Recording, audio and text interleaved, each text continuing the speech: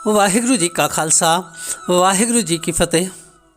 संगत जी, गुरु नानक साहब जी कहते हैं, नानक दुखिया सब संसार अर्थात सारा संसार ही दुखी है।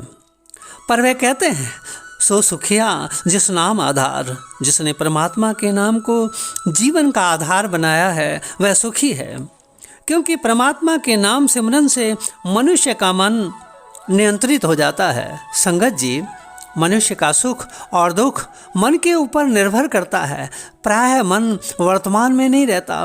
गुरु तेग बहादुर साहब जी कहते हैं, माई मन मेरो बस नाहे, निस्वासुर बिखियन को धावत कह बिदरो को होता है।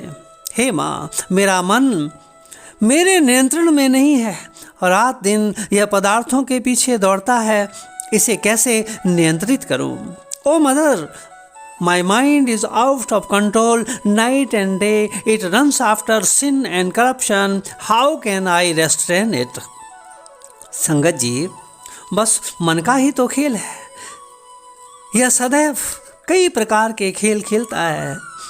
यह कभी वर्तमान में नहीं रहता। या तो यह बीते हुए समय को याद कर उदास रहता है, या फिर आने वाले कल के लिए चिंतित रहता है, अर्थात या तो यह भूतकाल में या फिर भविष्य काल में रहता है। इसलिए उदासी और चिंताओं से घिरा रहता है। जो इसके पास होता है इसे वह दिखाई नहीं देता, और जो इसके पास नहीं होता उसको पकड़ने की कोशिश करता है।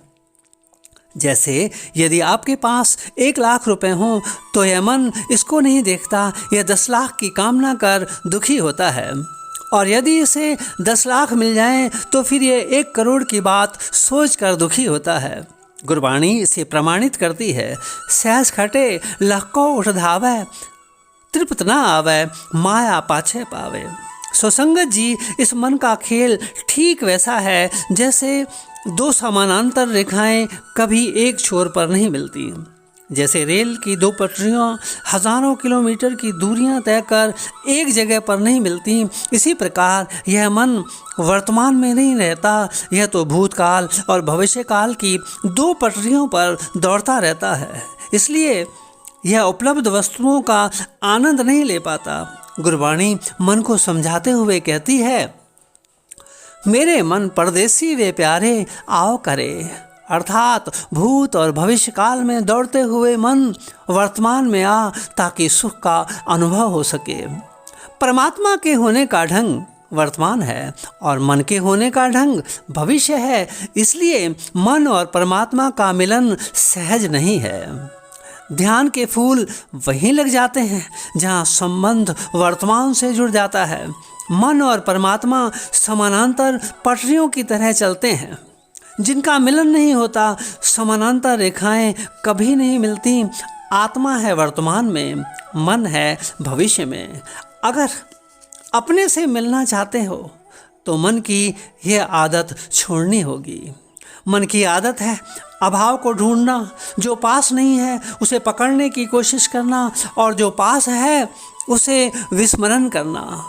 मन की आदत है कि यदि हम बाजार में हों तो वह घर पर होगा, यदि हम मंदिर में हों तो वह बाजार में होगा, यानी कि जहाँ हम हैं वह वहाँ नहीं होता। तो संगत जी, यदि खुश रहना है तो वर्तमान में रहना होगा। इसलिए कहा गया है, जो प्राप्त है वह पर्याप्त है। पर यह वही अनुभव कर सकता है जिसने नाम का सहारा लिया हो। जैसा कि गुरु नानक साहब ने कहा है, सो सुखिया जिस नाम आधार। वाहिगुरु जी का खालसा वाहिगुरु जी की फतेह।